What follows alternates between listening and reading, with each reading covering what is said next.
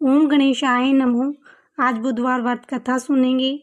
एक समय की बात है, समतापुर नगर में मधुसूदन नाम का एक व्यक्ति रहता था। उसका विवाह पास के ही एक नगर बलरामपुर की रहने वाली संगीता से संपन्न हुआ था। देखने में वह सुशील सुंदर थी। एक दिन मधुसूदन अपनी पत्नी को लाने के लिए ससुराल पहुंचा। उसी दिन अपनी पत्नी को विदा करने की जिद पर अड़ा रहा, लेकिन उस दिन बुधवार था। पत्नी के घर वालों के समझाने के बाद भी वो नहीं समझा कि बुधवार के दिन यात्रा करना अशुभ होता है, पर वह नहीं माना। संगीता के घर वालों को बुधवार के दिन ही विदा करना पड़ा। इस तरह से वे दोनों बैलगाड़ी में बैठकर जाने लगे। कुछ दूरी तय करने के बाद रास्ते में बैलगाड़ी का एक पहिया टूट गया। फिर दोनों गाड़ी से उतरकर पैदल यात्रा करने लगे। इसी बीच संगीता को प्यास लगी। तभी मधुसूदन पानी लेने गया।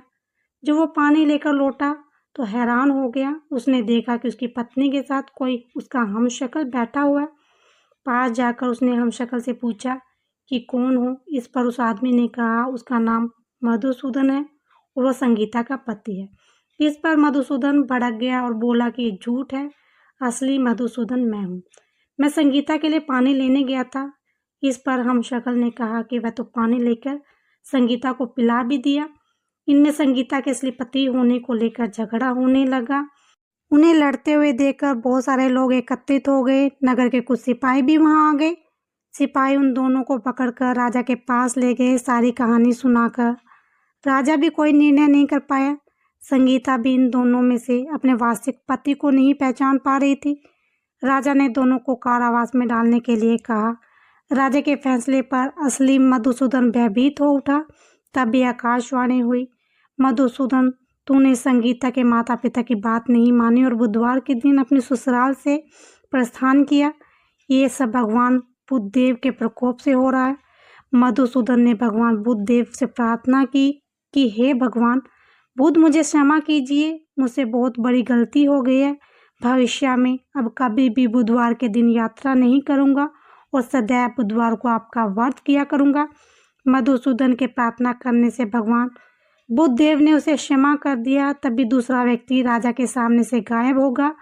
राजा और दूसरे लोग इस चमत्कार को देखकर हैरान हो गए।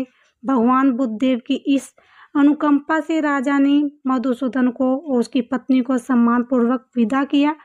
कुछ दूर चलने पर रास्ते में उन्हें बैलगाड़ी मिल गई। बैलगाड़ी का टूटा हुआ पहिया भी जुड़ा हुआ था। दोनों उसमें बैठकर समतापुर की ओर चल दिए। मधुसूदन और उसकी पत्नी संगीता दोनों बुधवार का व्रत करते हुए आनंदपूर्ण जीवन व्यतीत करने लगे। इस तरह भगवान बुद्धदेव की कृपा से उनके यहाँ खुशियाँ बरसने लगी। इस तरह से जो भी स्त्री पुरुष विधिवत बुधवार का व्रत करके व्रत कथा सुनते हैं, भगवान बुद्धदेव उनकी सभी कष्ट दूर करते हैं और मनोकामनाएं पूर्ण करते हैं। बोल गणपति महाराज की जय।